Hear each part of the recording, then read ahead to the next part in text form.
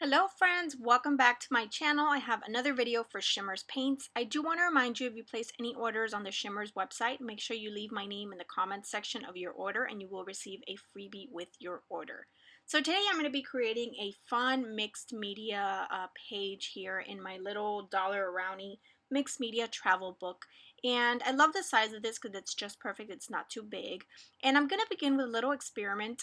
I was inspired by this chipboard. This is from the Paige Evans Fancy Free collection, and it's the beautiful, colorful chipboard word.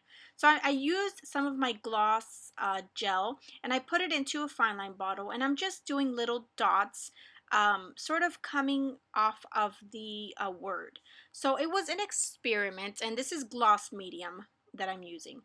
It is a little experiment. Didn't quite turn out so much. You can't really see it too well once you put your paint over it. You can see it, but it looks more like little glass beads, which is cool. But maybe if they were a little bit bigger, they would show up better. So it was an experiment. I tried it. I know what I did wrong, and I know what I can do better next time. I can just make my little dots a little bit bigger. So I cut out some little flowers there, as you can see to my right, using the same collection. It's a paper from the Fancy Free collection by Paige Evans and Pink Paisley. And I just cut out those tiny little flowers, which I'm going to use as little accent pieces on my page here. So I'm started off just painting away, and I picked a bunch of colors that matched with this collection. I have a bunch of my creamies and in just beautiful colors that match that word that I have going on there. So I'm going to go from top to bottom, and I'll tell you the names of the colors. The blue one on top is Boogie Boarding Blue, and again, these are all creamies. The second one is Refresh Mint. The green is Let Us Get Together. The reddish pink one is Trippin' in the Tropics. Then I have Grapefruit.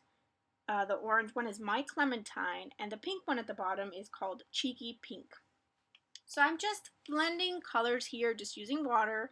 And these creamies do come in hard form, so you do have to add water to them to activate them. And once you do, just add a little bit of water to them, and then you can use them as watercolors. And they're beautiful, and you can see how beautiful and vibrant these colors are. And they do have some shimmer to them, so they're not just pretty and colorful, they are shimmery as well, so they're beautiful.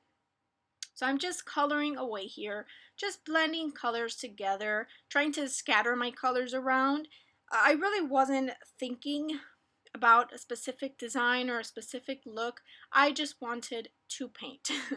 So that's what I did here, and it was very relaxing, and it was very nice, and it was just something that I really enjoyed doing. And you know, these paints are perfect for that. So I did add some yellow. You saw at the beginning that I added some yellow, and I'm going to add some more yellow in here. I don't have a creamies in yellow, so I'm using one of my mists, and this is the colorings in the color No Yoking, and that is the yellow one that I'm using there. So I love how this is looking. It looks very messy, very artsy, very kind of like a map even. I love doing this sort of watercolor look because it just looks really, really cool. And once all the colors are blended together, it looks really cool and really fun.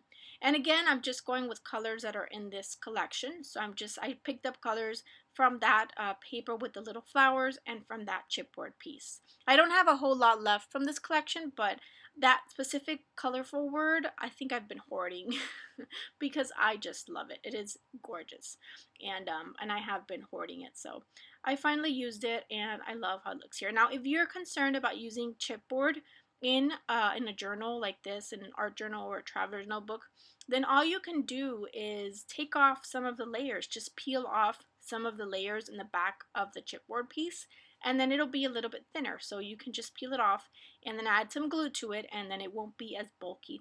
I didn't mind the bulk, so I went ahead and left it the way that it is, just because I don't plan on doing a lot of bulky things in this notebook. So I didn't mind really doing or having a bulky element in there. So, and I love the way that it looks and the texture that it adds to this whole page. So yeah, so I'm just about finished here. I just go ahead and add color all over the page. And eventually, you know, once I have everything on there, I go back with my brush and just add a little bit of color here and there. Not necessarily doing it on camera the whole time, but just wherever I felt that it needed some color or I needed to touch up a color, I did that later on. But for the most part, this is what it looks like, and I love how it looks. So it's dry. I let that dry. And I'm going to go ahead and place my colorful word, and then I'm going to scatter around my little flowers. And those are just fun little accents to this page. And I love how those look. And I haven't glued anything down yet because I don't know exactly how I'm going to lay this. I kind of just have this idea.